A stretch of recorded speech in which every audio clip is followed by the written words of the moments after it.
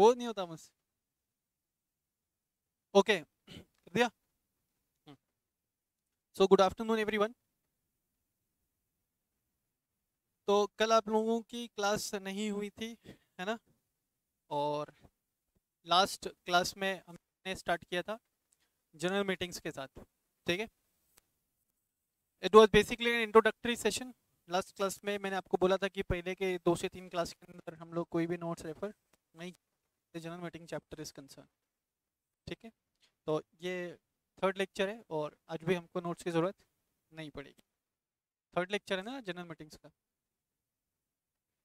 I hope आप लोग revision करके आए हैं, है ना, before coming into this class. तो लास्ट क्लास में हम लोगों ने मीटिंग्स, जो वर्ड है वो डिस्कस किया था, जनरल मीटिंग का इंपॉर्टेंस डिस्कस किया था। देन हम लोग एसेंशियल एलिमेंट्स या pre requisites of valid general meeting discuss कर रहे थे। हम लोगों ने देखा था कि 4 प्री रिक्विजिट्स हैं। पहला है proper authority to call general meeting, and the proper authority to call general meeting is board of directors members by making a request to the board of directors, members by themselves, as well as NCLT. NCLT can call general meeting in extraordinary circumstances on such terms and conditions as the NCLT may deems fit.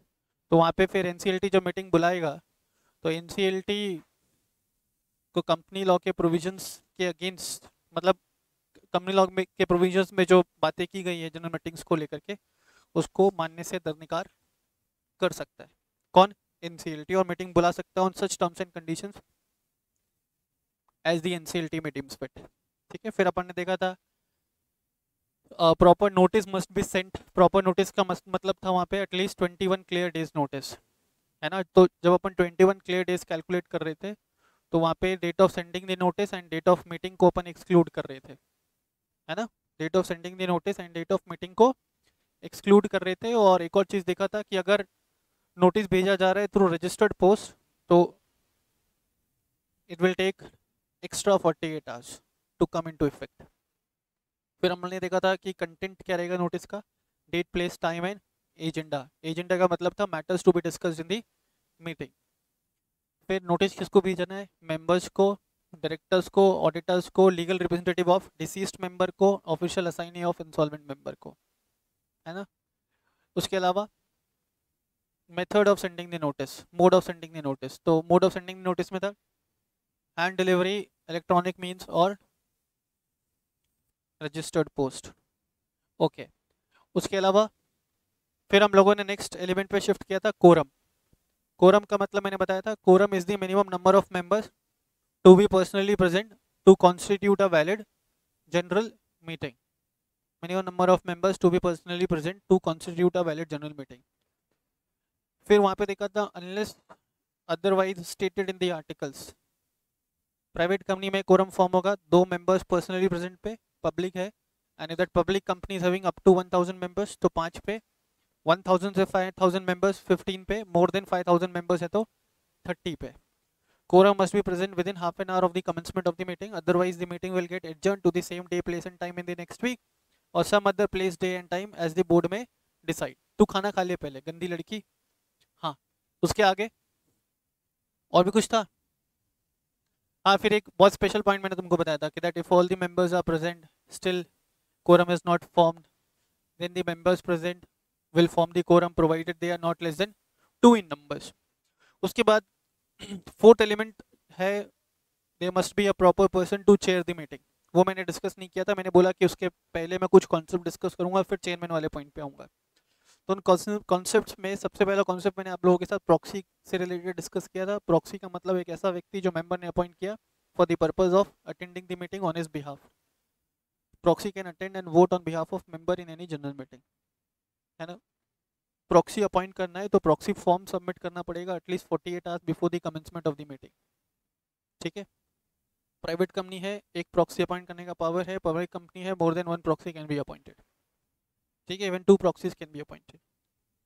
फिर अपन लोगों ने देखा था proxy shall not have any right to speak at the meeting, neither he can vote on show of own hands, however he can vote on poll. फिर और क्या था, हाँ, proxy can represent maximum 50 members और members holding up to 10% of the paid up capital. हाँ, वो सब ठीक है। उसके आगे मेंबर जिसने प्रॉक्सी अपॉइंट किया, अपॉइंटमेंट के बाद अगर खुद भी पहुंच गया, ठीक है, उसके प्रॉक्सी पे भरोसा नहीं है, तो रिवोकेशन हो जाएगा, provided proxy has not voted. Member जिसने प्रॉक्सी अपॉइंट किया, अगर उसकी डेथ हो गई और उसका इंटीमेशन कंपनी को मिल गया before the commencement of the meeting, तो डीम्ड रिवोकेशन मान लिया जाएगा, ठीक है। और अगर इंटीमेशन मिलता है आइदर ड्यूरिंग द मीटिंग और आफ्टर द मीटिंग, तो वहाँ पे जो वोटिंग किया प्रॉक्सी ने वो वैलिड माना जाएगा। Proxy is required to carry out the instructions, है ना, ऑफ मेंबर। क्लियर है? हाँ, किसको डाउट है?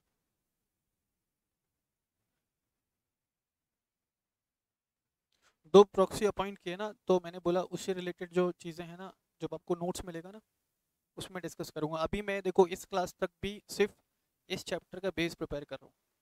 जिस दिन मैंने जनरल मीटिंग पढ़ा करके ख़त्म किया ना, तुमको रात को कोई उठाएगा ना और पूछेगा ना कोई प्रोविजन, तो मुझे लगता है कि तुम्हें आना चाहिए। और अगर तुम्हें नहीं आता है ना, इसका मतलब समझ लेना कि तुम बेवकूफ़ हो, स्पेशली जनरल मीटिंग्स, ठीक है। दो चैप्टर्स, तीन चैप्टर्स ऐसे हैं कि अगर मैंने बच्चे को पढ़ाया और बच्चे को नहीं आया तो वो बच्चा बेवकूफ़ है, ठीक है। मैं तुमको बेट लगा करके बोल सकता हूँ कि इससे अच्छा एक्सप्लेनेशन इन चैप्टर्स का पूरे भारतवर्ष में कोई भी नहीं दे सकता। जनरल मीटिंग्स का चैप्टर हो गया, डायरेक्टर्स का चैप्टर हो गया, डिविडेंड पढ़ाऊंगा, चार्जेस मैंने पढ़ाया, डिपॉजिट्स मैं आपको पढ़ाऊंगा, अभी जितने भी चैप्टर्स हैं, ठीक है। ये तुमको अगर याद नहीं हुआ ना, तो फिर मतलब नहीं है पढ़ाने का। Is it clear? ठीक है। थोड़ा सा आप फोकस करोगे क्लास के अंदर, बात ध्यान से सुनोगे, सेम डे जाकर के रिवाइज करोगे, things will be on your tips. ठीक। नाउ कॉन्सेप्ट में अब अपन नेक्स्ट कॉन्सेप्ट ले लेते हैं। लास्ट जो कॉन्सेप्ट अपन ने डिस्कस किया था वो था रिप्रेजेंटेटिव का।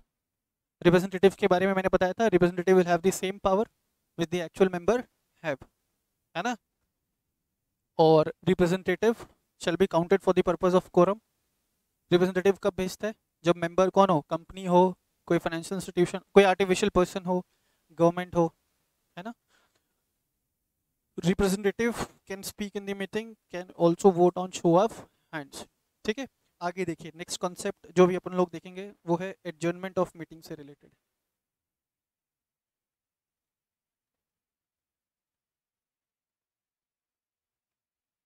एडजर्नमेंट ऑफ मीटिंग, और इसी के जैसा एक और कॉन्सेप्ट है पोस्टपोनमेंट ऑफ मीटिंग।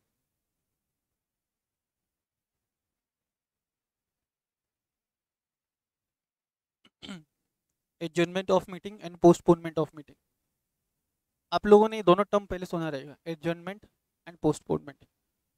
तो सबसे पहले समझना रहेगा कि डिफरेंस क्या है दोनों में, ठीक है। सबसे पहले समझना रहेगा कि डिफरेंस क्या है। लिख लिया सबने? हाँ। अच्छा मुझे बताओ, कल तुम लोग के क्लास का शेड्यूल आया था? आया था? तुम लोग को बोला गया था that class will be there at 5:15। तुम लोग सेंटर पे आए थे क्या? नहीं, ठीक है। तुम लोग सेंटर पे नहीं आए और तुम्हारे पास एक मैसेज आया था कि क्लास नहीं होगी। वहाँ पे क्लास पोस्टपोन हुई थी, वहाँ पे क्लास पोस्टपोन हुई थी, समझ रहे हो क्या? एडजर्नमेंट का मतलब तुम लोग क्लास आए, शेड्यूल आया तुम्हारे पास, तुम लोग क्लास आए, बैठे हो क्लास के अंदर, मैं आकर के बोलता हूँ कि I will not be taking your class. तुम बोलते हो क्यों? मैं बोलता हूँ कि मेरी तबीयत सही नहीं है, प्लीज़ मुझे माफ़ कर दो। तुम बोलते हो कि कोई बात नहीं, मैं तुमसे सॉरी मांगता हूँ और बोलता हूँ कि क्लास कल होगी, तो वहाँ पे क्लास का एडजर्नमेंट हुआ है। तो क्या डिफरेंस हुआ? पोस्टपोनमेंट के केस में, पोस्टपोनमेंट ऑफ मीटिंग के केस में, meeting has not actually been conducted. Adjournment के केस में meeting has been conducted but could not be completed due to one or more reasons. Meeting has been conducted but could not be completed due to one or more reasons. Is it clear? And postponement of meeting mein, meeting has not actually been conducted and it has been postponed to some future date. पहले दोनों मतलब लिख लीजिए सभी लोग।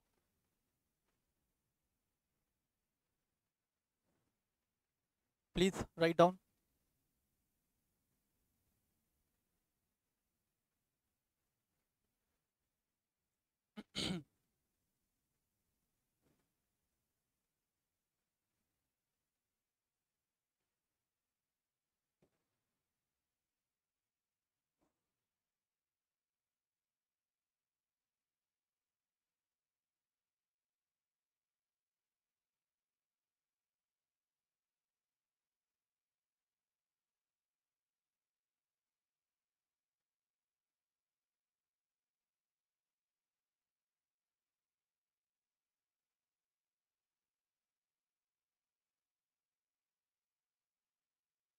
हो गया?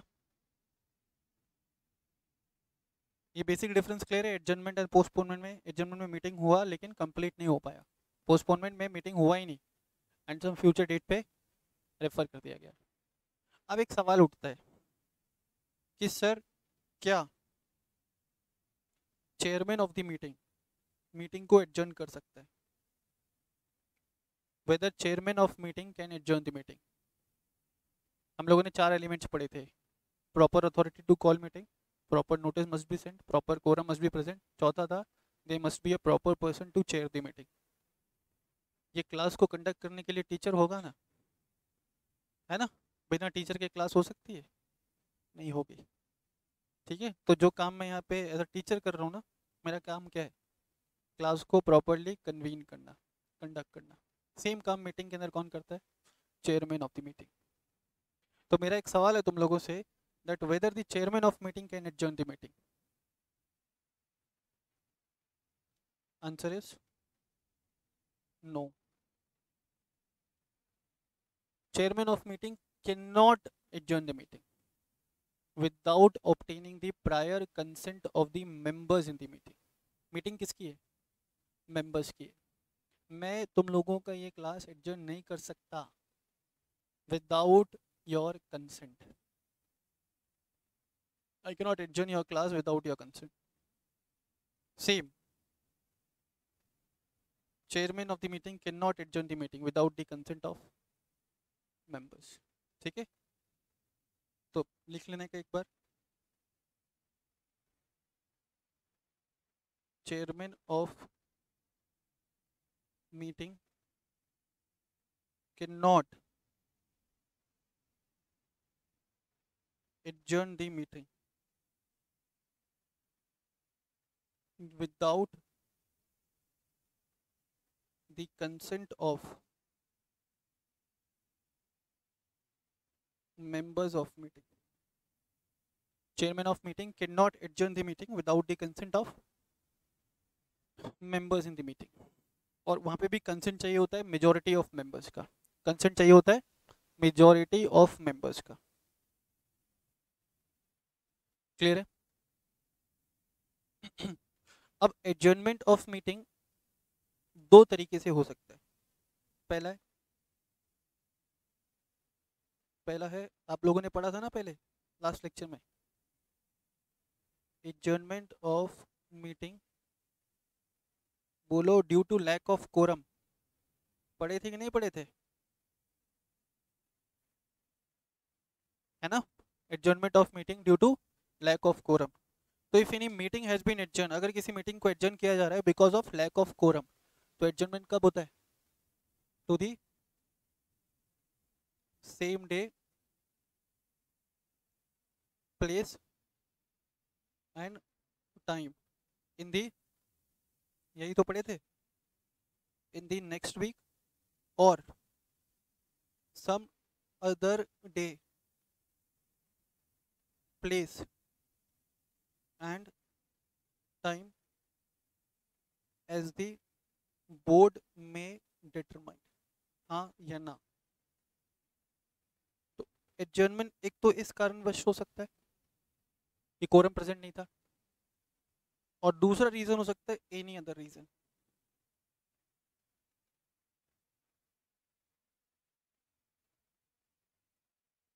Any other reason. Is it clear sir? आपने बोला कि chairman of the meeting can not adjourn the meeting, answer is yes. अब मान लो कि एक मीटिंग के अंदर हजारों मेंबर्स पहुंचे और दो मेंबर्स के गुट में, गुट समझते हो, ग्रुप में लड़ाई हो गई, दंगे हो गए, एक दूसरे को गालियां दे रहे, ठीक है, लात घुसे चप्पल जूते चल रहे, ठीक, कुछ मेंबर्स पंखा उतार रहे, कुछ मेंबर्स जा करके फ्रिज कहाँ है वो एसी खोल रहे, कुछ लोग जा करके चेयरमैन का गला पकड़ रहे, समझ रहे हो? वो जो मीटिंग का जो ऑडिटोरियम है ना, वो जंगल बन गया मीटिंग। वो जो ऑडिटोरियम है वो क्या बन गया है? हाँ, पार्लियामेंट में भी होता ही है ना, कुर्सियां मार रहे एक दूसरे को। क्या उस केस में chairman has the power to adjourn the meeting? No, even in that case also chairman cannot adjourn the meeting. However, वो मीटिंग एडजर्न कर सकता है फॉर अ शॉर्टर वाइल। बोला कि अरे बहुत अभी लफड़ा हो गया है, एक काम करिए 15 मिनट आप लोग रुकिए, मैं चीज़ों को ठीक करवाता हूँ, फिर आइए आप लोग। हाँ, दिस विल हैपन। जैसे तो सर आप तो ऐसे बोलना चाहते हो कि जैसे अगर आप अगर क्लास में पढ़ाने के लिए आए और ये सब चीज़ें अगर क्लास में हुई फिर भी आप हमारा क्लास एडजर्न नहीं कर सकते? नहीं कर सकता विदाउट योर कंसेंट। ऐसा मैं नहीं बोल रहा, ऐसा कहाँ लिखा हुआ है? प्रोविजंस में लिखा हुआ है। क्या बात समझ में आ रही है? Chairman has no power to adjourn the meeting except with the prior consent of member. However, chairman can adjourn the meeting for a shorter while to restore the things in order when it is not possible to continue with the meeting. हो सकते हैं ना भाई, मैंने तो एक example दिया, ये तो बेकार घटिया एग्जाम्पल, ऐसा होता नहीं है प्रैक्टिकली, ठीक है? मान लो कि भाई पावर कट हो गया है ना, या कोई और प्रॉब्लम हो गया है, चेयरमैन जो बैठा था ना, ऐसा बैठते बैठते उसको ना ऐसा सीने में दर्द उठ गया है, तबीयत खराब हो गई है, हाँ है ना, कुछ मेंबर ऐसा फरफड़ी खा करके गिरने लग गए, हाँ या ना? मीटिंग में खाना वाना भी मिलता है, एजीएम में खाने को लेकर के बहस हो गई है मेंबर्स के बीच में। Is it clear? तो in that case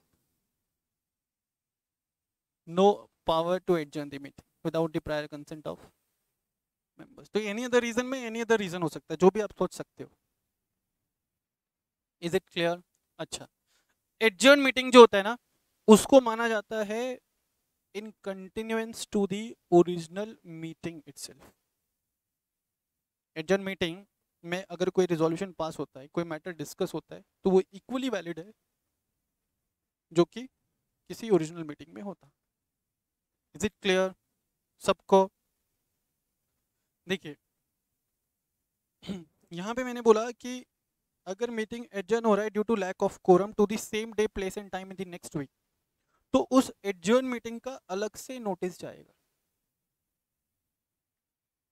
at least 3 days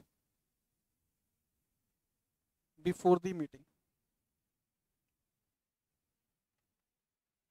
बहुत ध्यान देना अभी यहाँ पे, नोटिस कब जाएगा? At least 3 days before the meeting. फिर मैंने आपको बोला कि मीटिंग में इधर get adjourn to the same day place and time in the next week और some other day as the board may decide. तो ये मैंने बोला ना, some other day as the board may decide, तो इसको बोलते हैं meeting has been adjourn for an uncertain period of time. अनिश्चित कालीन के लिए मीटिंग को एडजर्न कर दी गई है, अनिश्चित कालीन के लिए मीटिंग को एडजर्न कर दी गई है। तो ये जो मैंने बोला ना, अनिश्चित कालीन के लिए मीटिंग को एडजर्न कर दी गई है, इसको बोलते हैं बेटा सीने डाई एडजर्नमेंट। क्या बोलते हैं? सीने डाई एडजर्नमेंट ऑफ मीटिंग। अगर कोई मीटिंग 30 दिन से ज्यादा के लिए एडजर्न हो रहा है, अरे लिखना बंद कर दो, सुन लो ना, मैं कौन सा ही मिटा करके भाग जाऊंगा और ये क्लास क्लास बंद करके अभी सेंटर ही बंद कर दूंगा। I give you time. हाँ, सीनेटाई एडजर्नमेंट का मतलब adjournment of meeting for an uncertain period of time. फिर यहाँ पे एक और बात बोली गई है कि that in case if any general meeting has been adjourn for a period of more than 30 days, in case if any meeting has been adjourn for more than 30 days, तो उस केस में a fresh notice of 21 days is to be given to the members. तो sir आप ऐसा बोलो ना कि अगर एडजमेंट हुआ within 30 days, adjourn meeting हुआ विद इन 30 डेज, तो कितने दिन का नोटिस जाना चाहिए? और 30 दिन के बाद अगर हो रहा है एडजन मीटिंग तो कितने दिन का नोटिस जाना चाहिए? 21 दिन का। Is it clear? सर एक और सवाल है, ओरिजिनल मीटिंग में जो एजेंडा इंक्लूड किया था, क्या एडजर्न मीटिंग का नोटिस भेजते समय किसी और एक्स्ट्रा एजेंडा को इंक्लूड किया जा सकता है?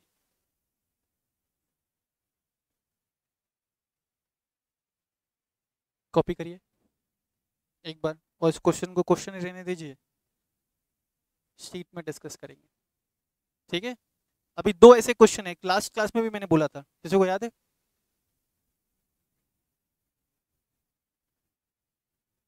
हाँ, canvassing of proxy, very good. Copy this. सबको समझ में आ गया एडजर्नमेंट एंड पोस्टपोनमेंट के बीच में डिफरेंस? यस। चाहे एडजर्नमेंट हो रहा है चाहे पोस्टपोनमेंट हो रहा है, दोनों माना जाएगा continuation, in continuation to the original meeting, and chairman of the meeting has no power to adjourn the meeting without the prior consent of majority of members. Please copy करिए।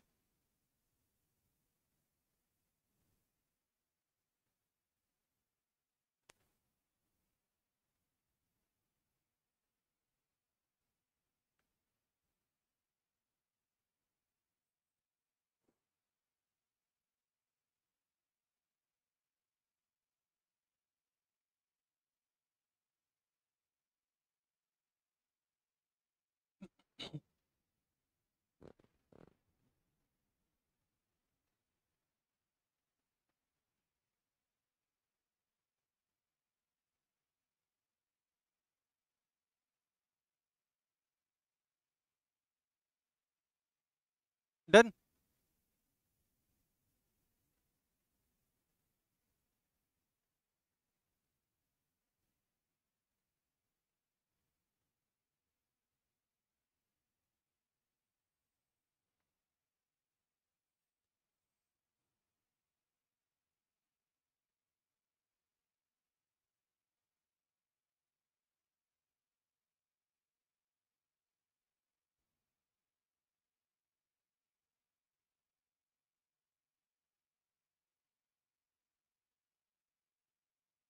चलो आगे,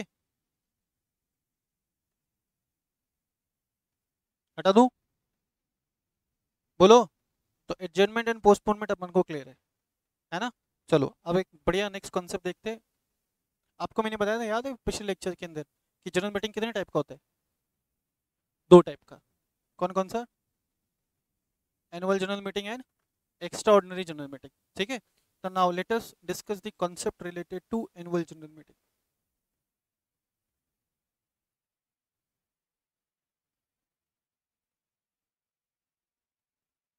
एनुअल जनरल मीटिंग, मुझे बताओ annual general meeting conduct करने के चार important prerequisites क्या होंगे? Proper authority must call AGM, proper notice must be sent, proper quorum must be present, and there must be a proper person to chair the meeting. यही पढ़े थे, ठीक है? चलिए अब देखना यहाँ पे, बहुत ध्यान से सुनना सब लोग। जब तक मैं लिख करके खत्म ना कर दूं ना, तब तक कोई भी नहीं लिखेगा अपने लेवल पे, प्लीज आपको सुनने की जरूरत है।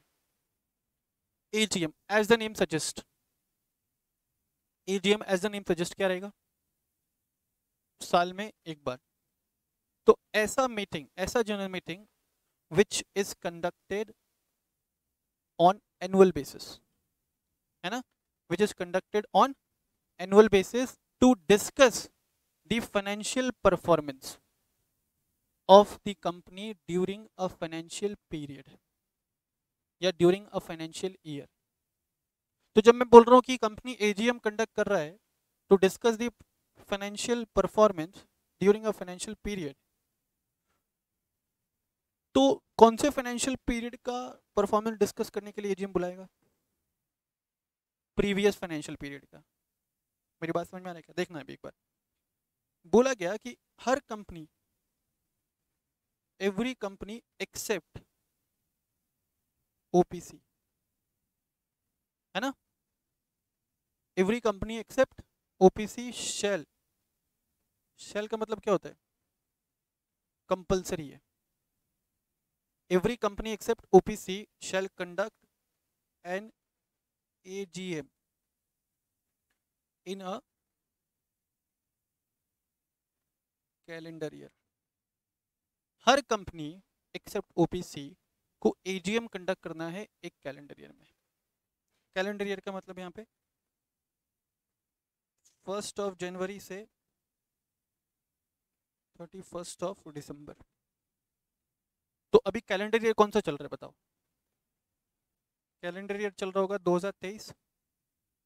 अब कैलेंडर ईयर 2023 में जो एजीएम होगा उसमें फाइनेंशियल परफॉर्मेंस कौन सी ईयर का डिस्कस करें। 2023 कैलेंडर ईयर में अगर हम एजीएम कंडक्ट करेंगे तो फाइनेंशियल परफॉर्मेंस कौन से साल का डिस्कस करेंगे, लास्ट का डिस्कस करेंगे ना, 22-23 का, क्योंकि करंट फाइनेंशियल ईयर तो गोइंग ऑन है। यस और नो। तो इतना क्लियर है कि सर करंट कैलेंडर ईयर में हम लास्ट फाइनेंशियल ईयर का एनुअल परफॉर्मेंस इवैल्यूएट करते हैं, डिस्कस करते हैं। मैं लिख देता हूं, क्या बोला मैं, करंट कैलेंडर ईयर में लास्ट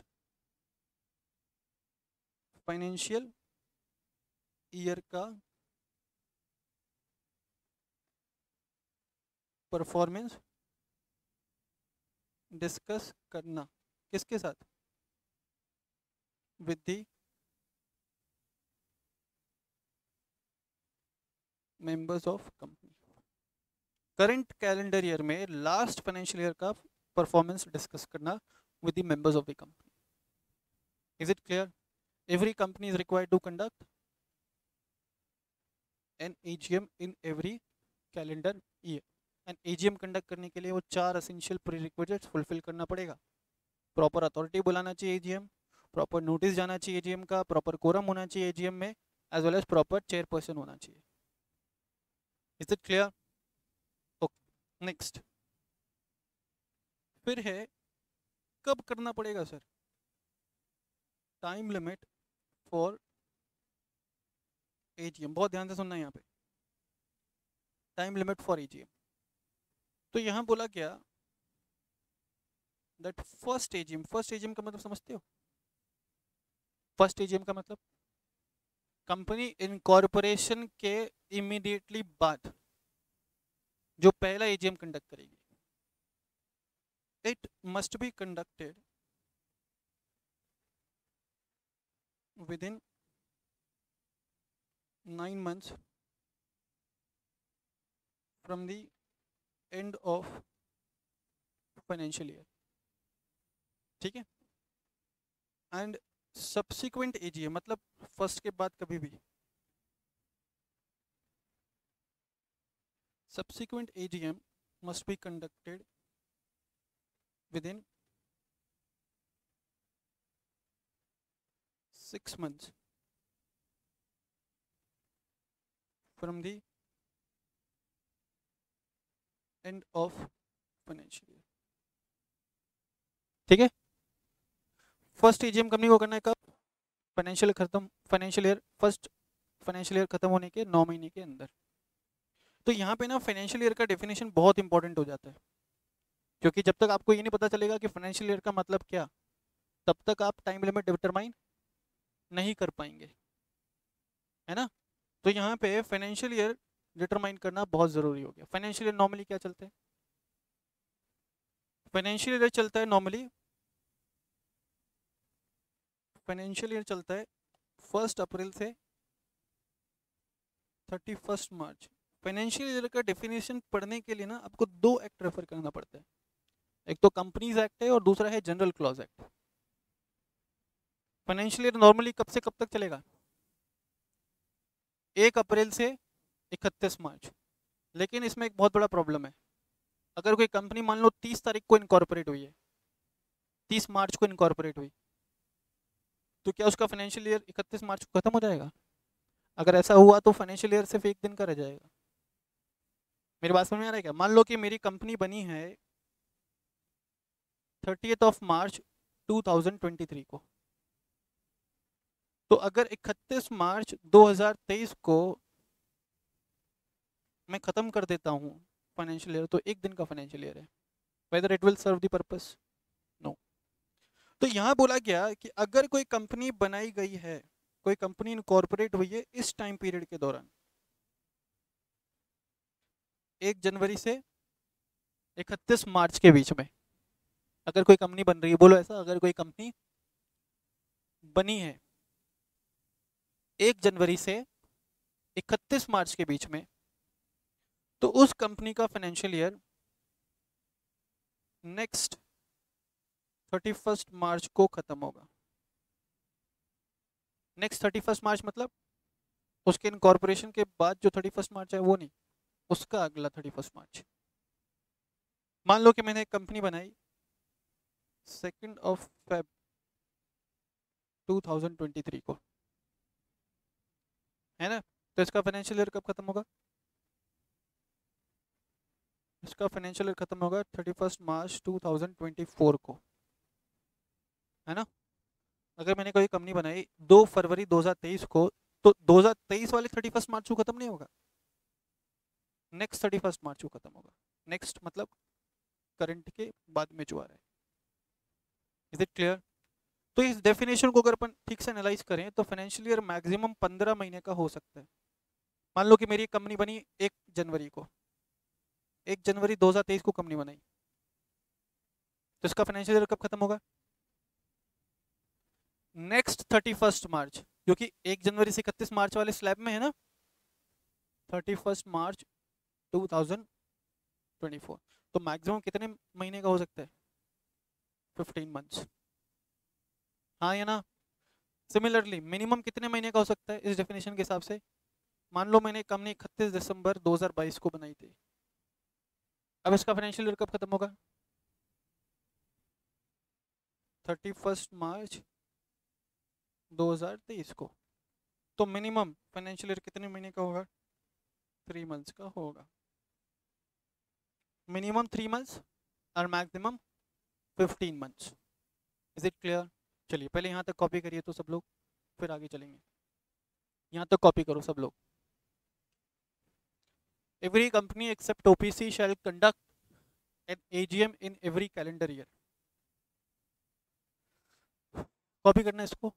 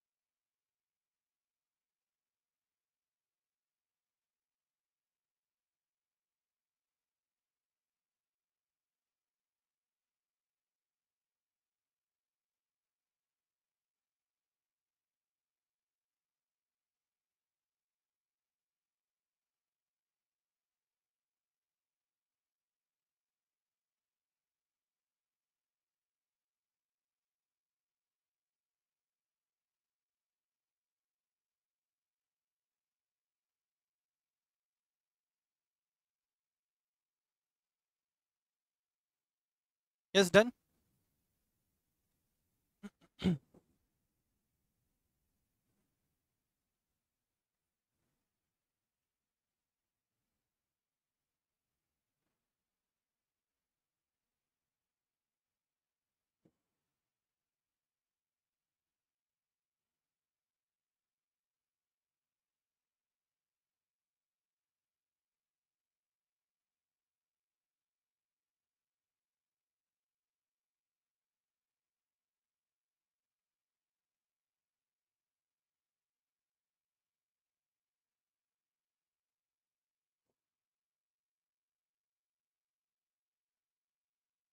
अच्छा मैं अभी डांस करूँ क्या? एक जना बोले कि स्क्रॉल करो, एक जना बोले कि नहीं मत करो।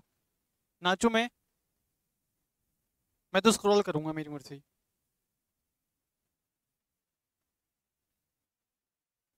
स्पीड तेज रखो ना लिखने की। एग्जाम पेपर कैसे होगा तुम्हारा? है, छोड़ देंगे नहीं होगा तो। क्या बोल रही है?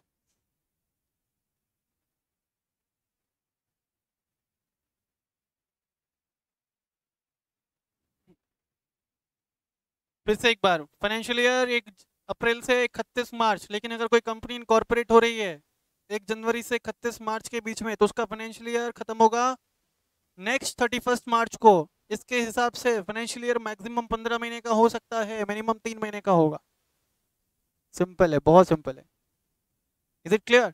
ऊपर क्या लिख कर क्या है कि हर कंपनी को हर कैलेंडर ईयर में, बोलिए, हर कंपनी को हर कैलेंडर ईयर में एक एजीएम करना पड़ेगा। क्लियर? देखिए, तो फर्स्ट एजीएम कब हो जाना चाहिए? within 9 months from the end of financial year. So now just try to calculate the time limit. मेरा एक कंपनी है,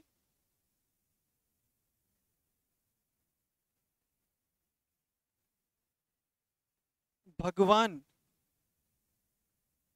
का बच्चा प्राइवेट लिमिटेड, वैसे नाम हो नहीं सकता यहाँ, भगवान का बच्चा प्राइवेट लिमिटेड। ये कंपनी इनकॉर्पोरेट हुई थी 2 सितंबर 2022 को। बताइए, what will be the last date of conducting the first AGM? सब कोई बेवकूफ ही होगा जो कैलकुलेट नहीं कर पाएगा, बाकी सबको आना चाहिए। What will be the last date? तू बता। हाँ, काउंट कर ले आराम, साल ले काउंट करने के लिए। What will be the date? Last bench 31 दिसंबर, कौन सा? 23 2। मैं क्या ठीक नहीं पढ़ाता क्या? क्यों मेरे को डिप्रेशन में डाल रहा है यार? मैं जो पढ़ाता हूँ समझ में आता है, मेरी लैंग्वेज समझ में आती है तेरे को, तो कैसे 22 बोल सकता है तू?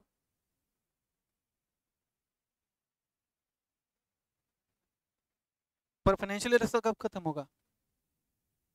तो फिर खत्म होने से पहले ही कर देवे, फाइनेंशियल ईयर खत्म हो उससे पहले ही कर देवे एजीएम।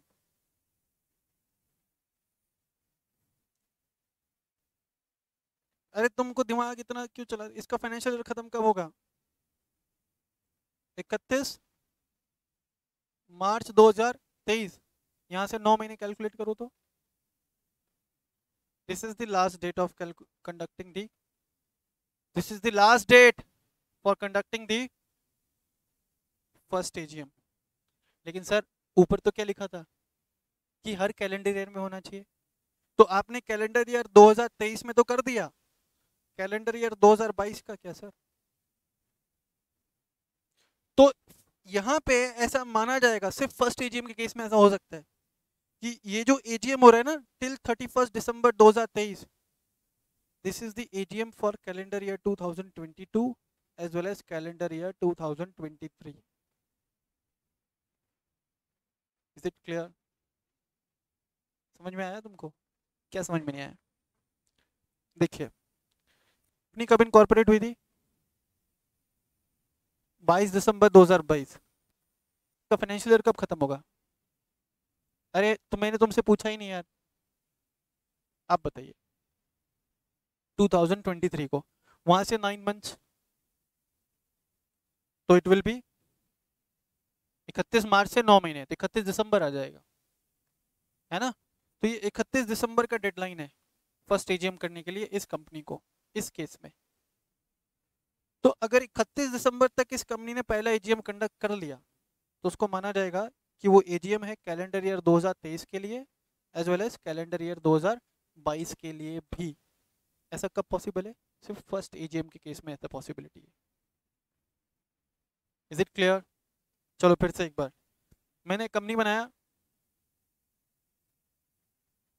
14 मार्च 2022 को, क्या है last date for conducting the AGM? तो 14 मार्च 2022, इसका फाइनेंशियल ईयर कहाँ खत्म होगा? तुमको ऐसे कैलकुलेट करना है, ज्यादा कॉम्प्लिकेट मत करो भाई, पहले तुम कैलकुलेट करो इसका फाइनेंशियल ईयर कब खत्म हो रहा है। 31 मार्च 2023। क्यों? क्योंकि उस स्लैब में है ना, 1 जनवरी से 31 मार्च वाले स्लैब में, यहाँ से 9 महीने।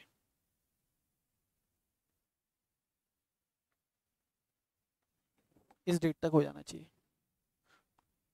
है ना। कैलेंडर ईयर कौन सा लग गया? 2023। 2023 कैलेंडर ईयर में जो फर्स्ट एजीएम होगा उसको माना जाएगा AGM for calendar year 2022 as well as calendar year 23। किसी को कोई डाउट? इसको कॉपी कर लो ना पहले, दोनों एग्जाम्पल को।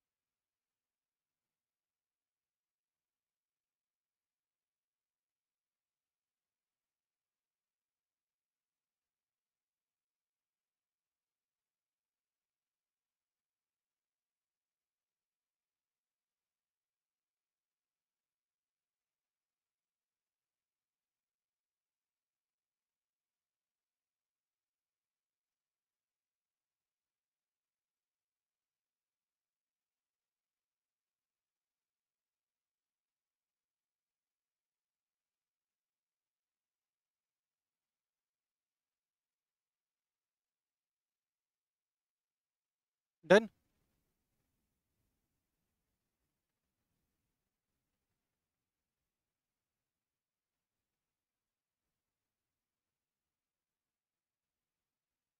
हो गया।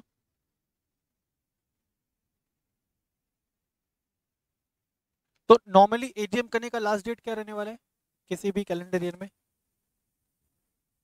30 सितंबर। ये तो भाई फर्स्ट एजीएम का केस है ना। नॉर्मली कोई भी एजीएम कब तक हो जाना चाहिए? 6 months from the end of financial year. Financial year कब खत्म होता है? 31 मार्च को। 31 मार्च से 6 महीने।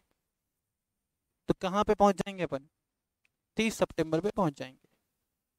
Is it clear? ठीक है। तो नॉर्मली जो टाइम लिमिट है for conducting AGM of any company is 30 September of any calendar year. It will be 30 September of any calendar year. Is it clear सबको? चलो आगे। तो सर टाइम लिमिट आपने बता दिया। अब आपको ना एक और चीज का ध्यान रखना है, that the time gap between two AGM must not exceed 15 months. देखो आपको दोनों चीजें एक साथ ध्यान रखनी है। प्लीज अरे लिखना बंद करो यार, पहले सुन लो। आपको दोनों चीजें एक साथ कंप्लाई करनी है। पहला, it should be conducted with in 6 months. दूसरा, पिछले एजीएम से इस एजीएम का जो टाइम गैप है वो 15 महीने से ज्यादा नहीं होना चाहिए। फॉर एग्जाम्पल, एक कंपनी है ए लिमिटेड। कैलेंडर ईयर 2022 में इस कंपनी ने अपना एजीएम 15 मई को कंडक्ट कर लिया था। ठीक है। अब मुझे बताओ कैलेंडर ईयर 2023 में कब तक करना पड़ेगा? कैलेंडर ईयर 2023 में what will be the last date of conducting the AGM?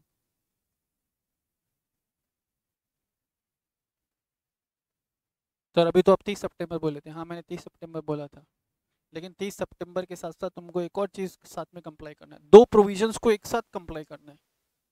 पहला क्या था? It must be conducted with in 6 months. दूसरा क्या? भाई पिछले एजीएम से इस एजीएम का टाइम गैप 15 महीने से ज़्यादा 15 महीने से ज़्यादा नहीं होना चाहिए। तो भाई पिछला एजीएम कब गया था इस कंपनी का? तो यहाँ पे 30 सितंबर इरेलीवेंट हो जाएगा। आप देखोगे यहाँ से 15 महीने, तो 15 मई से 15 महीने कहाँ आ रहे? 15 अगस्त आ रहे हैं। तो 15 अगस्त नेशनल हॉलीडे होता है, तो it will go up to the 16th of August. Is it clear? नहीं, एक दिन बाद. Is it clear? ये लास्ट डेट है इस कंपनी के केस में. समझ में आया? The time gap between two EGM shall not exceed 15 months. Copy करिए इसको, कॉपी करिए.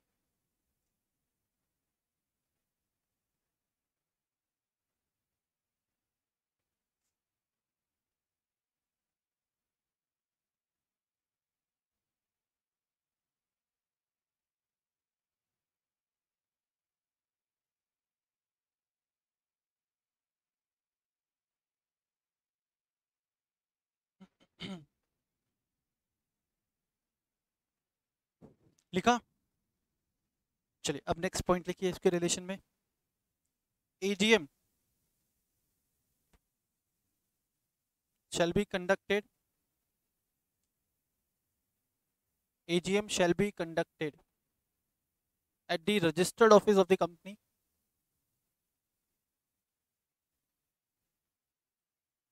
AGM shall be conducted at the registered office of the company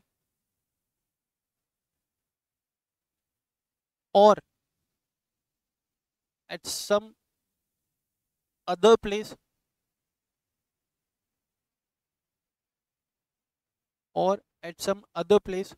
within the same city,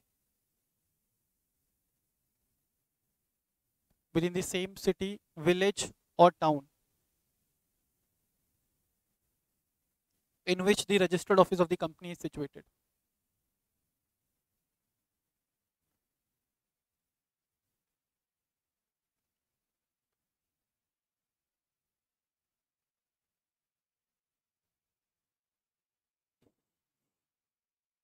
During the business hours. During the business hours. अभी जो during the business hours लिखा ना, यहाँ पे लिखना 9 से 6, 9 AM से 6 PM है बिजनेस आवर्स. इस टाइम पीरियड के दौरान मीटिंग मस्ट बी कंडक्टेड. ठीक है. फिर लिखना on any day, on any day which is not a national holiday. On any day which is not a national holiday.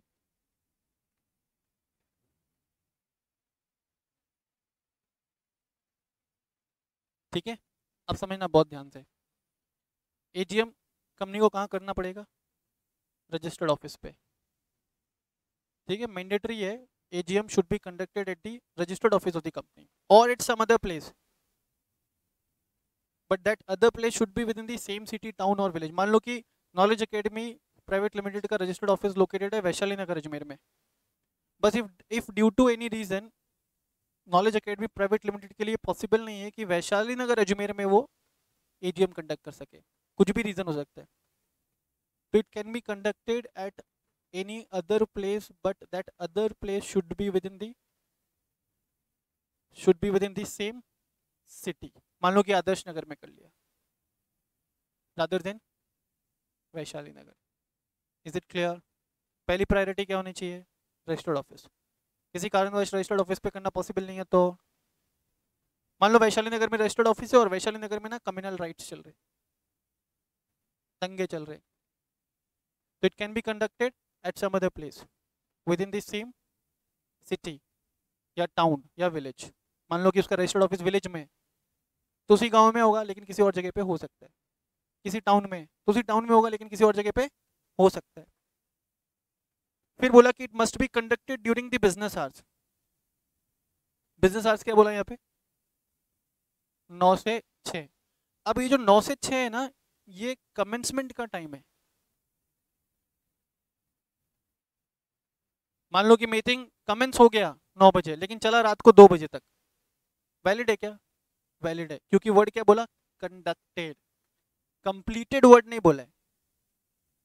मेरी बात समझ में आ रही है आपको? Meeting should be conducted during the business hours. Business hours का मतलब क्या है यहाँ पे? 9 to 6. इसका मतलब कि meeting should commence between 9 to 6. Meeting should commence between 9 to 6. फिर बोला ऑन एनी डे, किसी भी दिन हो सकता है meeting, but it should not be a national holiday. ठीक है, it should not be a national holiday. National holidays कौन कौन से होते हैं? 2 अक्टूबर, 15 अगस्त, 26 जनवरी, और भी कोई है? अब देखो काफी बार ये एक पॉसिबिलिटी है, सुनना बहुत ध्यान से। मान लो कि एक कंपनी है ए लिमिटेड, ठीक है। ए लिमिटेड ने अपना एजीएम बुलाने का जो डेट डिसाइड किया है ना, वो डिसाइड किया 21 सितंबर। क्या ये डेट वैलिड है? विद इन 30 करके 21 सितंबर को बुला रहे हैं। 30 के अंदर अंदर रखना चाहिए था, 21 को बुला रहे हैं। और कंपनी ने इसके लिए नोटिस भी भेज दिया है। कंपनी ने इसके लिए नोटिस भेज दिया, सारे प्रिपरेशंस कर लिए मीटिंग को कंडक्ट करने से रिलेटेड। लेकिन नोटिस भेजने के बाद गवर्नमेंट का एक नोटिफिकेशन आता है और गवर्नमेंट उसी डेट को नेशनल हॉलीडे डिक्लेयर कर देती है। हो सकता है ना ऐसा कि भाई जिस दिन कंपनी ने मीटिंग रखा था और उस मीटिंग के रिस्पेक्ट में नोटिस ऑलरेडी भेजा जा चुका है, लेटर ऑन गवर्नमेंट ने क्या किया, वो डेट ऑफ मीटिंग को डिक्लेयर कर दिया एज अ नेशनल हॉलीडे। तो क्या कंपनी उस डेट पे मीटिंग कंडक्ट कर सकता है? तो यहाँ पे बोला है हाँ, if the date of meeting has been declared as a national holiday after sending the notice of meeting। तो समझो ना यार, कंपनी ने ऑलरेडी सारे एक्सपेंसेस इनकर किए, तो उस टाइम पे तो कर लो, लेकिन नेक्स्ट टाइम से ध्यान रखना। Is it clear? तो एक लाइन लिखवा रहा हूँ आपको, लिखिए।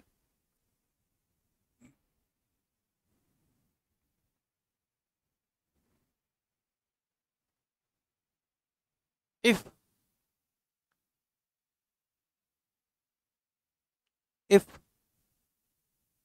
the date of AGM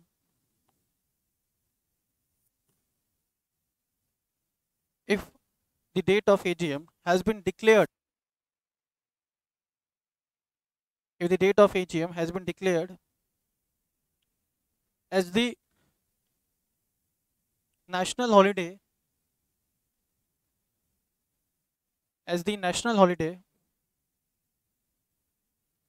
after sending the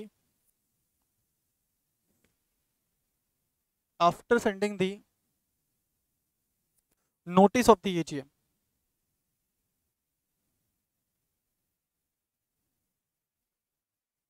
है ना, then in such cases meeting can be held even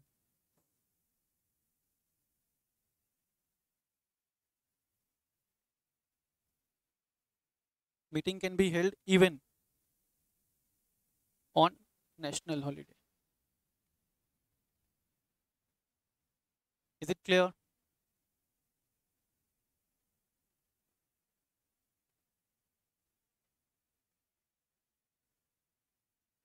ठीक है सबको? चलिए अब आगे देखना।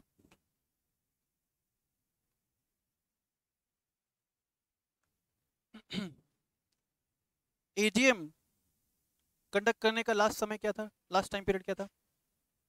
30 सितंबर।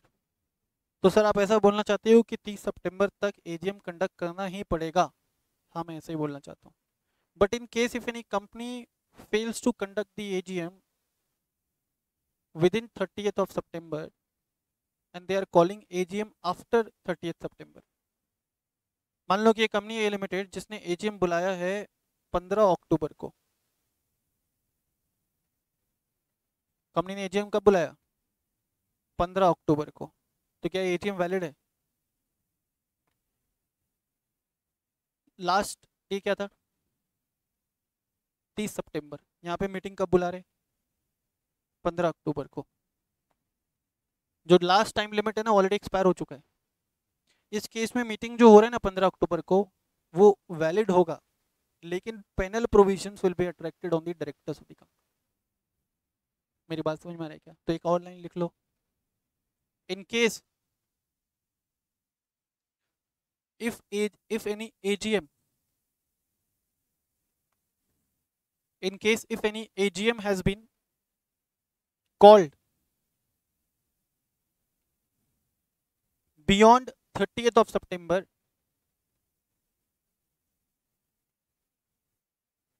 of any calendar year,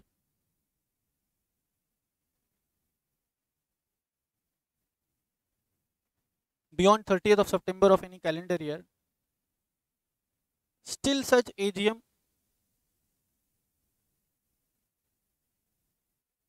shall be held as valid,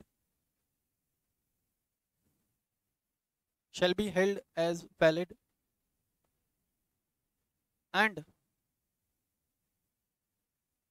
penal provisions will be attracted on the directors, क्योंकि डायरेक्टर ही जिम्मेदार है ना।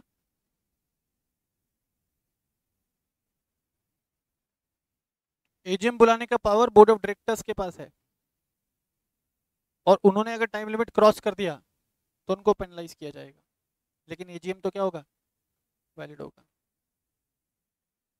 Is it clear? ठीक है, आगे देखिए। एसी बंद किया हुआ है क्या तुमने? तो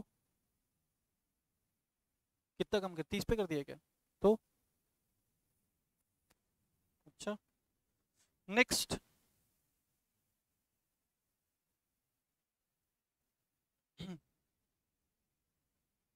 आप लोगों को मालूम है नोटिस जाएगा एजीएम का कितने दिन पहले? 21 क्लियर डेज। नोटिस में क्या होता है? एजेंडा, है ना। अब तुम समझना, एक चीज बहुत इंपॉर्टेंट बता रहा हूँ। जब एजीएम का नोटिस जाएगा ना, तो उसमें दो टाइप का एजेंडा होगा। उसमें दो टाइप का एजेंडा होगा। पहला होता है ऑर्डिनरी बिजनेस। क्या होता है? और दूसरा होता है स्पेशल बिजनेस। बहुत ध्यान से सुनना, एजेंडा दो टाइप का हो सकता है एजीएम का, ordinary as well as special. एक चीज और, ऑर्डिनरी बिजनेस जो है ना, सिर्फ और सिर्फ एजीएम में ही डिस्कस होंगे। ऑर्डिनरी बिजनेस सिर्फ और सिर्फ एजीएम में डिस्कस होता है। इसका मतलब कि एजीएम में जो भी मैटर्स डिस्कस हो रहे हैं, दे शैल ऑलवेज बी स्पेशल। तो कंपनी लॉ मैटर्स में 4 ही ऑर्डिनरी बिजनेसेस हैं, उसके अलावा सब क्या हो जाएगा? उसके अलावा सब क्या? स्पेशल। और ऑर्डिनरी बिजनेस कहाँ डिस्कस होगा? It shall be discussed only at the AGM of the company. Is it clear? तो उन 4 ऑर्डिनरी बिजनेस का नाम लिख लीजिए आप लोग एक बार। पहला है अडॉप्शन ऑफ फाइनेंशियल स्टेटमेंट।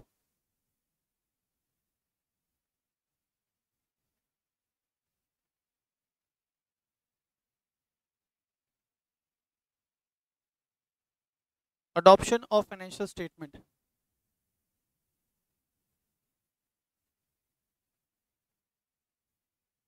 दूसरा लिख ले, डिक्लेरेशन ऑफ डिविडेंड।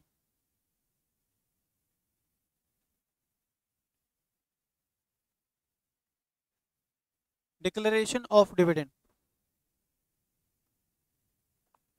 तीसरा लिख लीजिए,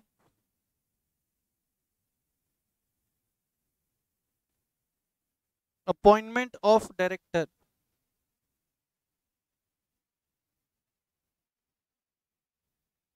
इन प्लेस ऑफ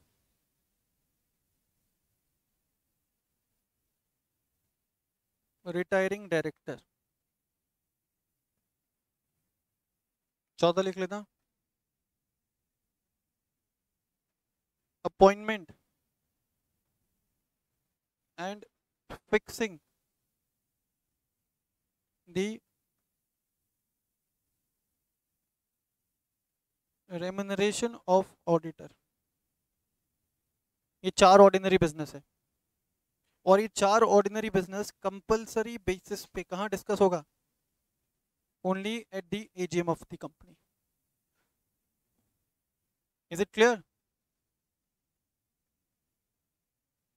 ठीक है।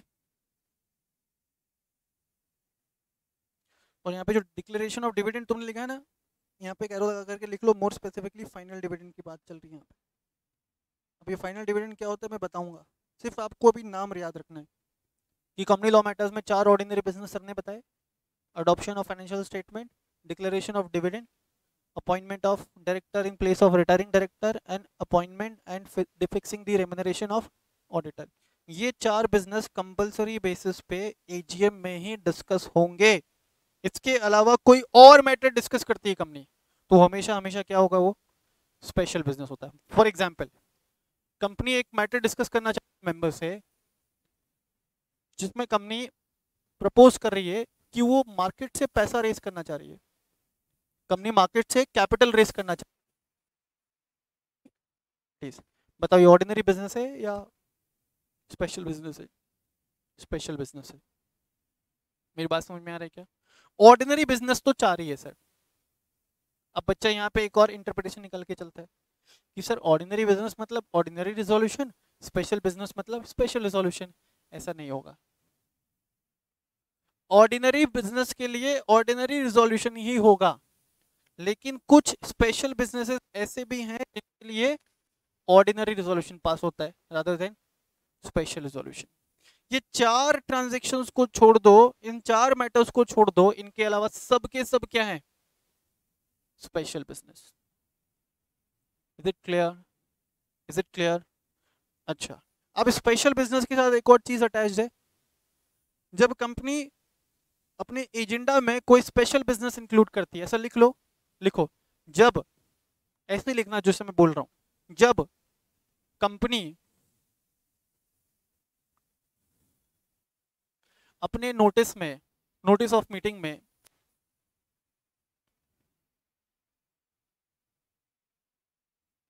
जब कंपनी अपने नोटिस ऑफ मीटिंग में कोई स्पेशल बिजनेस इंक्लूड करती है,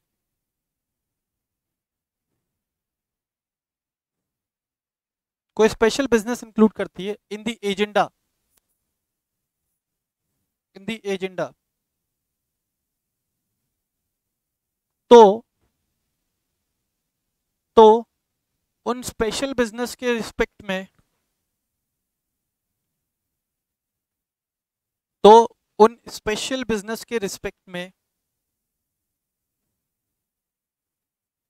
कंपनी को, उन स्पेशल बिजनेस के रिस्पेक्ट में कंपनी को एक्सप्लेनेटरी स्टेटमेंट, कंपनी को एक्सप्लेनेटरी स्टेटमेंट फाइल करना पड़ता है, और फाइल एक्सप्लेनेटरी स्टेटमेंट देना पड़ता है। सर एक्सप्लेनेटरी स्टेटमेंट देना पड़ता है मतलब कंपनी उन ट्रांजैक्शंस को डिटेल में एक्सप्लेन करेगी, किसको? मेंबर्स को। कौन से ट्रांजैक्शंस को? Related to the matters covered in the special business. Is it clear सबको?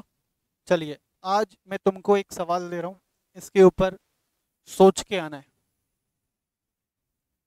ठीक है? क्या क्वेश्चन है मालूम है? Can 2 AGM be conducted on the same day in a calendar year? ये क्वेश्चन है जो आपको सोच के आना है। लिखो ना क्वेश्चन।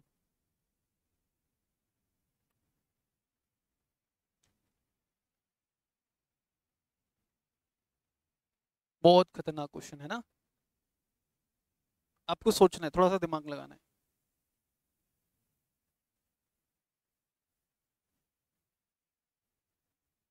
पहले पढ़ा रहेगा तो होगा ही ना।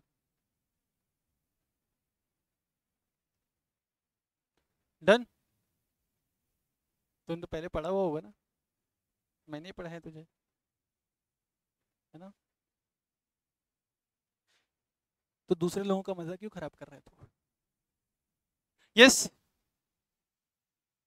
ये पहला क्वेश्चन है। और एक और क्या क्वेश्चन याद आ रहा था मुझे, क्या? मेरे को कोई और चीज़ भी याद आ रही थी है।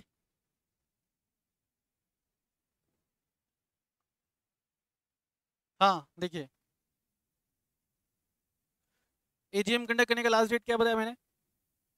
30 सितंबर। एक कंपनी ने मीटिंग कंडक्ट किया 12 सितंबर 2023 को, but due to some reason it could not be completed and the meeting has been adjourned to 12th of November 2023. Whether company has made any contravention. Meeting कब तक होना चाहिए? 30 सितंबर तक। यहाँ पे मीटिंग कब हुआ? लेकिन एडजर्न हुआ 12 नवंबर को। प्रोविजन में वर्ड है it should be conducted and not completed, है ना? तो अगर यहाँ पे एडजर्न हो रहा है बियॉन्ड 30 सितंबर तो इसको कॉन्ट्रावेंशन नहीं माना जाएगा, क्योंकि meeting was originally conducted before 30th of September. Is it clear? In this given case there is no contravention. Clear है? आप इस एग्जांपल को कॉपी कर लीजिएगा और ये क्वेश्चन के ऊपर थोड़ा सा चिंतन करके आइएगा। बाकी अपन डिस्कस करेंगे नेक्स्ट क्लास में। कल संडे है और कल क्लास भी है। क्लियर है? चलिए, थैंक यू सो मच।